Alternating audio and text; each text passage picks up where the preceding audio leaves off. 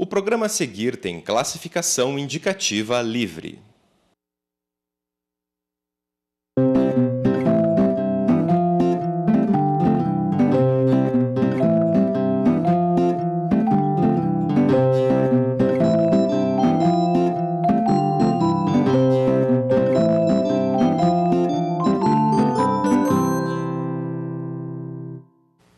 Olá, este é o programa Sem Brincadeira, onde falamos sobre crianças e adolescentes, uma parceria da TV da Universidade Federal do Paraná e do Grupo Dedica, um grupo de defesa dos direitos da criança e do adolescente.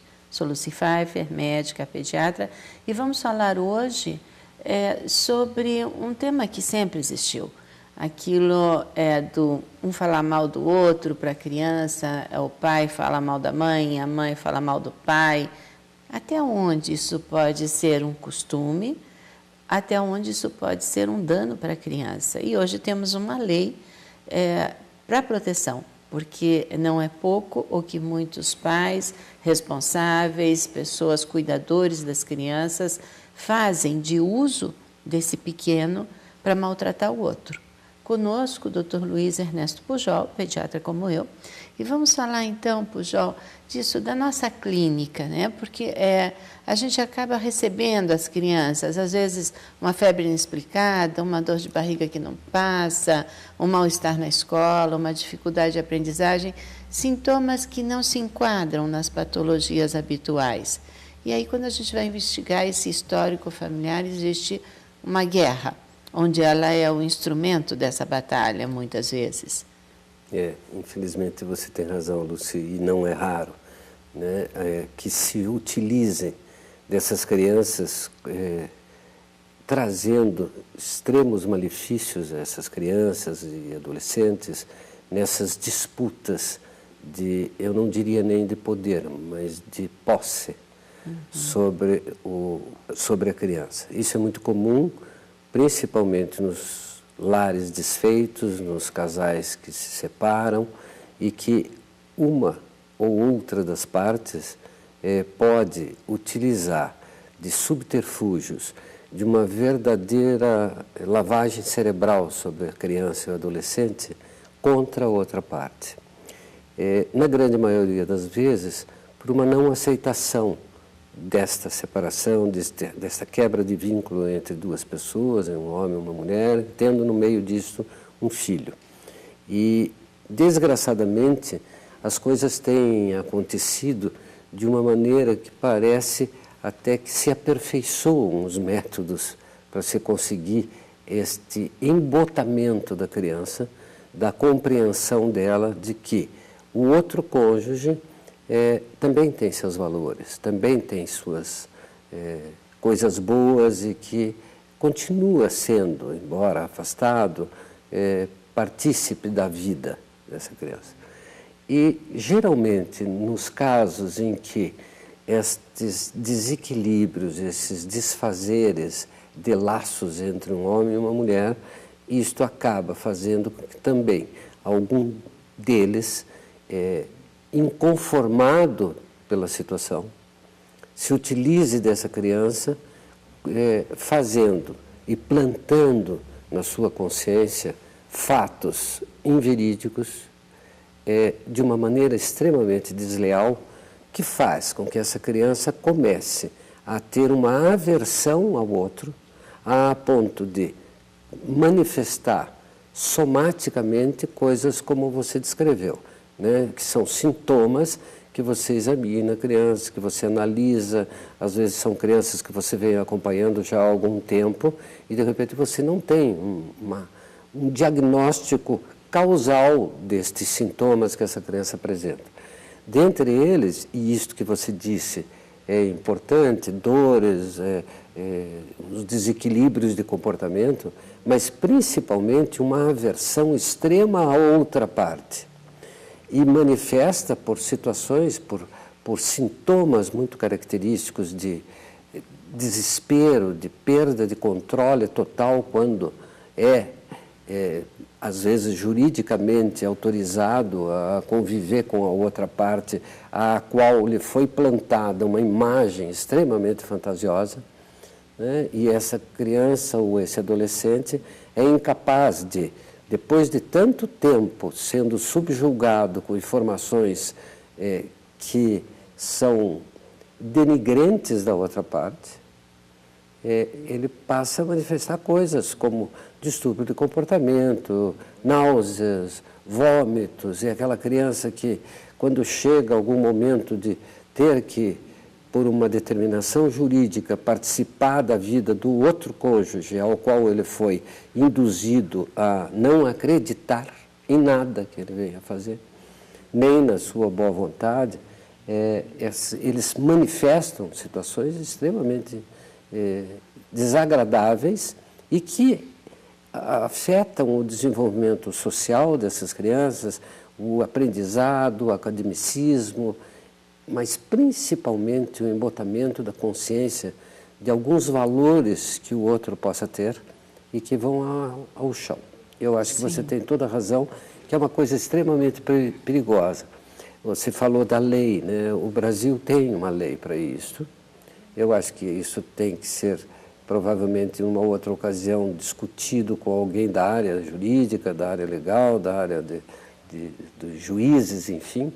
Mas é importante que as pessoas saibam que isso existe, né? E que nós, pediatras, embora nem muitas vezes tenhamos uma capacitação acadêmica para isso, podemos notar e podemos interferir com boa vontade, tentando fazer um equilíbrio desta coisa que foi desequilibrada. Sim. Tentar refazer algum tipo de laço. Sim. Porque a finalidade maior desse tipo de comportamento de algumas pessoas é a quebra do laço com o outro. Sim. E eles conseguem. E conseguem de uma maneira tal que traz, às vezes, consequências para os adultos também, né? Porque a parte que é posta como alienado, como o que é, não o que alienia, né, o alienante, mas o que é alienado, se sinta e vá sofrendo muito com isso, sem, às vezes, um outro recurso que não seja uma opinião de alguém que tem um pouco de experiência. E os pediatras têm sido preparados para isso. Nós temos hoje uma área de atuação muito extensa e que pode tentar ajudar e recriar um pouco de harmonia em uma coisa que propositalmente foi determinada. E às vezes, não, João, assim, o ódio ao outro é tanto pelo fracasso, pela impossibilidade ou por traições, seja lá que motivo que levou ao afastamento do casal, que a pessoa nem percebe, né? Ela passa a trazer para o filho uma imagem tão nociva do outro, que é o ódio dela ou dele, né? Que é o mal-estar dele, mas daí sem separar o que é a relação de um casal do que é a relação parental. Então, esse pode ser, vamos dizer, ele pode ser um péssimo companheiro ou ela uma péssima companheira e que não vai dar certo. Isso não implica que não possam ser bons pais. E essas coisas acabam se misturando e muitas vezes esse pai alienante, mãe, né? Estou falando pai, essa parte parental alienante, acaba até por cobrar do filho que odeie com a mesma intensidade, se sentindo traído quando essa criança não faz parte de suas atitudes de raiva e de vingança, muitas vezes, não? Eu acho que a sua colocação, Lucy, é muito pertinente, porque nem sempre este ato de tentar alienar, de tentar influir sobre a criança a visão da outra parte, ela nem sempre é consciente. Você tem razão, às vezes é inconsciente. A insatisfação, a não aceitação de uma separação pode inconscientemente fazer uma das partes usar a criança como se ela fosse, né? Eu não te amo mais, mas eu também não te amo, eu não te prezo, eu não te valorizo, eu te odeio. E você, filho meu, terá que ter essa atitude contra essa pessoa. E isto às vezes, inconscientemente repassado para a criança. E a criança se apercebe disso. E, desgraçadamente, em certas fases da vida, se isto ocorre por um período muito prolongado, é muito difícil que você desfaça aquela imagem que foi criada do outro, né, para uma coisa menos negra, menos marcante, como foi plantado na mente. Por isso que eu falei uma verdadeira lavagem cerebral sobre as crianças. E isso traz para todas as partes coisas ruins. Porque mesmo mais tarde, quando adulto, e esta criança foi submetida a esse tipo de atividade, ela vai demonstrar isso no seu comportamento social, no seu comportamento de relação e inclusive nos relacionamentos que passa a ter. Porque terá sempre uma visão de que é uma coisa muito ruim isto, né? As outras partes sempre são as erradas, a outra parte nunca tem razão. Eu acho que é um ponto interessante que você tocou. Nem sempre isso é consciente, nem sempre isso é arquitetado de uma maneira consciente.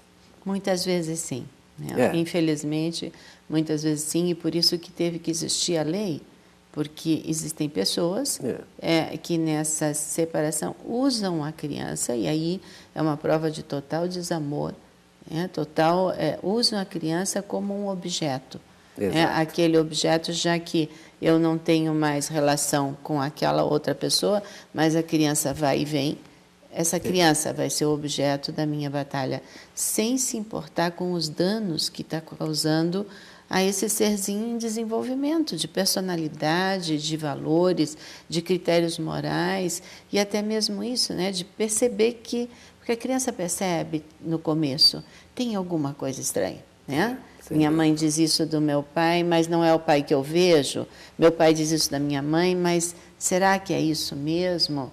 Mas a criança acaba por aproveitar-se dessa situação, tentando se equilibrar no meio dos dois inicialmente. É isso que você vê? E vejo exatamente como você colocou, e acho que num próximo bloco nós podemos discutir exatamente o quanto esta criança é submetida a um sofrimento que não haveria necessidade nenhuma de acontecer. Sim. A gente vai fazer um pequeno intervalo e a gente volta já já. Nosso tema hoje, então, é alienação parental. Os outros programas do Sem Brincadeira estão no site da TV da UFPR. Vocês podem ter acesso sempre que quiserem. Falamos hoje, então, desse mal que se faz hoje às crianças nas grandes discussões de casais. A gente volta já já.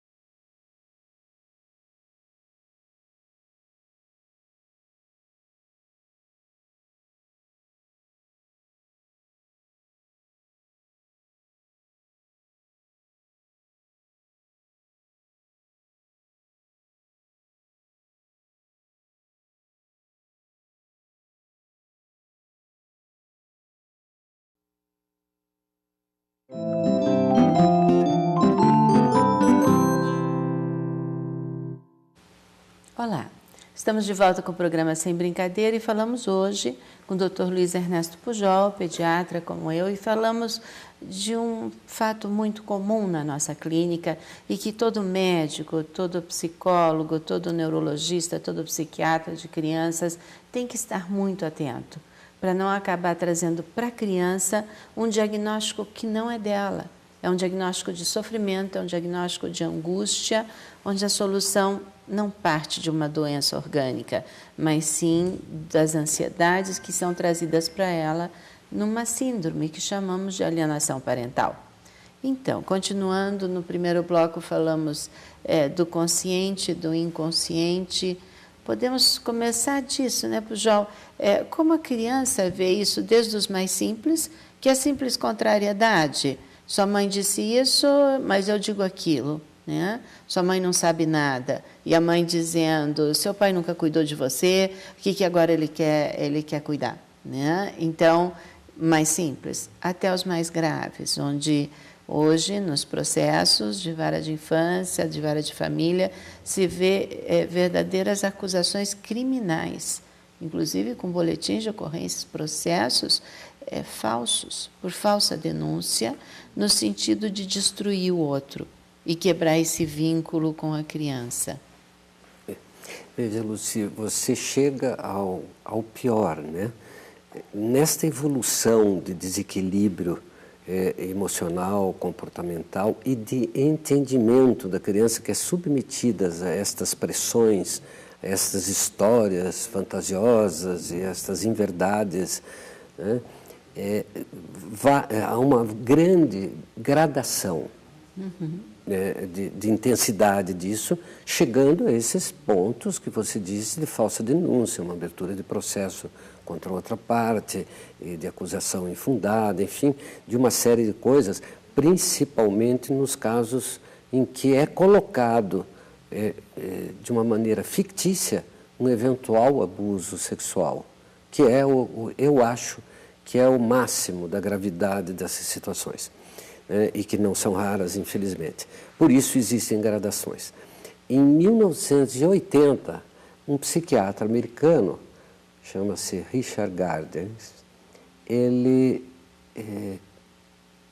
achou, dentre muitos casos que ele atendia, de situações em que havia esse tipo de conflito e de interferência de uma das partes sobre criança ou adolescente, ele achou alguns sintomas muito característicos e os graduou de sintomas leves, como seria a criança que chora muito e se desespera antes de ir passar um final de semana com a outra parte depois de uma separação, a criança que tinha dificuldades escolares, a criança que tinha distúrbios de comportamento até que poderiam ser enquadrados erroneamente como um distúrbio de atenção, um déficit de atenção, uma hiperatividade, alguma coisa desse tipo, até a criança que acaba sendo submetida a uma série de exames médicos,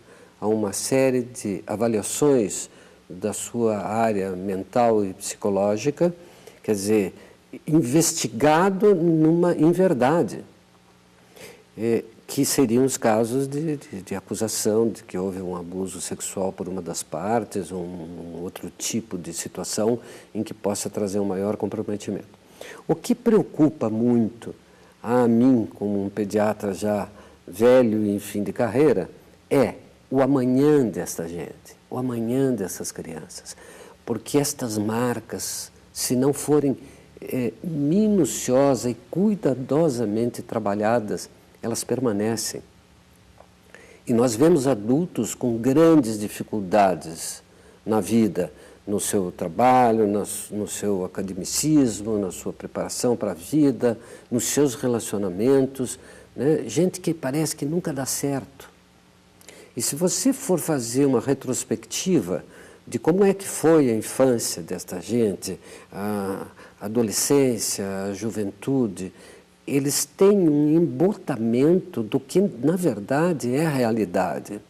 Porque o trabalho de alienação sobre um ser que está em formação, em transformação, em aprendizado, ele às vezes é tão profundo que a cicatriz fica com relação a valores, com relação a reconhecimento da parte outra.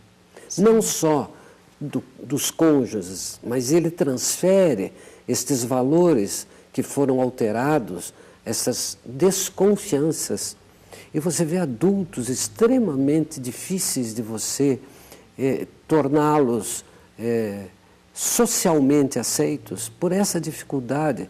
Sabe, ele sempre está desconfiado, ele sempre olha para o outro como se ele fosse aquilo que ele foi plantado com relação a outra parte do relacionamento que foi desfeito. Sim. Eu acho isso extremamente grave.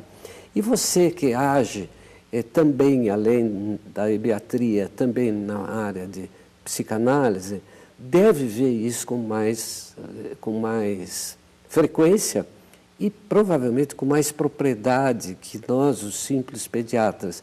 Mas eu acho que mesmo para nós, que fazemos uma pediatria já quase em extinção, que é a pediatria geral, porque hoje a nossa especialidade de pediatria está se direcionando para muitas áreas específicas da atividade médica, como é a pneumologia, nefrologia, neurologia. Mas o pediatra que vê a criança e o acompanha de uma forma geral, e é o que mais vê a criança, na verdade, porque ninguém leva num psiquiatra porque a criança está tendo um distúrbio de comportamento. Eles levam antes ao pediatra para saber o que é aquilo lá. Nós vemos também, eu acho que é importante a mensagem que você deixa hoje na sua abrangência desse assunto, de que o pediatra fique atento a algumas coisas, São sutis, são muito tênues às vezes os sinais. E às vezes eles são evidentes, porque a parte que acompanha a criança à consulta do pediatra, também de uma maneira inconsciente, ela acaba demonstrando que está fazendo esse tipo de trabalho. Sim, e é claro, nós estamos falando, porque também em separações vemos coisas absurdas como pai ou mãe que se afastam do filho e que realmente eles estão se alienando, Eles, como se o não gostar do outro pudesse se estender à sua prole. Exato. Com a qual eles têm que ter um vínculo permanente e vão ser filhos desse casal até o fim da vida do casal, sem dúvida. Ou dessas crianças. Então, existe essa mistura do desamor e nós estamos falando, então, desses pais que realmente abandonam, que realmente ou dão provas a essa criança de menor importância. A gente está falando daqueles que tentam estar perto. Todos nós temos defeitos, todos nós vamos falhar como pai e mãe, mas a função materna e paterna tem que ser preservada, como isso que você diz do futuro, quando a criança que teve aquele espelho de imagem, vamos dizer, de um homem destruído como um pai, ou de uma mulher destruída como mãe, como vai poder ser mãe ou pai depois? Porque ele não tem o exemplo, ele não tem o modelo foi destruído. E como se relacionar com um outro, se esse outro foi o motivo de tantas angústias na sua vida? Então, não é um problema de hoje, os pais têm que estar muito atentos a isso, a separar o que é do casal do que é deles, de responsabilidade, de dever, de laço, e do melhor que sobra numa separação, que são os filhos. Não é mesmo? Sem dúvida. Veja, essa é uma visão bem psicanalítica sua, e eu acho que é interessantíssimo que a gente escute isso, porque eu acho que pai e mãe o serão sempre, mas o serão sempre desde que a outra parte também o permita. E aí é a alienação parental. É o trabalho de que esta relação com o outro, que me desamou, que me desfez ou que me enganou, não pode existir. Então, não pode existir. E aí é que está o risco da alienação parental. Ela quebra de uma maneira tal esse vínculo que faz com que este serzinho que foi trabalhado durante meses, durante anos, em olhar para outra parte como uma coisa má, como uma coisa ruim, como uma coisa que qualquer atitude pode ser interpretada de uma outra maneira e não da atitude que, quem sabe, o outro tenha tentado fazer, acaba nisso, exatamente, com a intenção maior da alienação parental, que é eu desfaço esse laço e ninguém mais vai conseguir refazê-lo. E não conseguem. Desgraçadamente. Acho que a atuação da psicanálise, mesmo da psiquiatria, às vezes, porque vai precisar de droga, em algumas raras situações, mas às vezes precisa, são importantes para tentar fazer com que este serzinho, com que esta criança, com que esse adolescente seja protegido dessa situação. Mas não é fácil, porque ele vai continuar nesse meio. Sim. E daí o questionamento de algumas entidades científicas de que a alienação parental ela não pode ser considerada um síndrome doença. Sim. Um monte de sintoma. Não. Cada situação é uma situação, cada caso tem que ser minuciosamente estudado e, desgraçadamente, nessas situações, eu acho que quem lida com esse tipo de situação e se envolve na tentativa de um conserto, nem que seja parcial dessa situação, deve ser muito difícil, é muito complicado. Porque tem muitos fatores, tem os fatores externos. Nós falamos sempre nos cônjuges, né? No pai e na mãe, mas vamos lembrar, tem avós no meio, tem tio, e às vezes não tem nenhum parentesco, mas é um cuidador, que também pode se utilizar disso. Sim. Então acho, Lucy, que fica uma mensagem importantíssima aos pais, ainda em vínculo ou já desvinculados, aos avós e aos cuidadores, né? Por mais que a imagem me pareça do outro uma coisa muito ruim, muito degradante, eu não posso incutir isso numa criança. Sim, e tem informações que ela não precisa saber. Sem Né? dúvida. A gente está terminando o nosso programa, acho que vamos precisar continuar com esse tema, né? Eu te agradeço, já vou agradecer em nosso nome do Dedica a atenção de vocês. E vejam, a criança tem que ser protegida. Na verdade, não existe droga, não existe remédio que possa consertar a destruição da figura materna e paterna, excetuando aqueles casos graves, onde existe crime, onde existiu um maltrato. A alienação parental é uma violência psicológica, ela está enquadrada dentro das formas de violência psicológica, desde a leve até a gravíssima. E com ela nós podemos destruir um ser em desenvolvimento. A gente deixa para vocês esse alerta. Cuidem dos seus filhos, é o melhor investimento que a gente pode ter na vida. E a gente aguarda vocês na próxima semana com um novo tema do Sem Brincadeira. Até lá!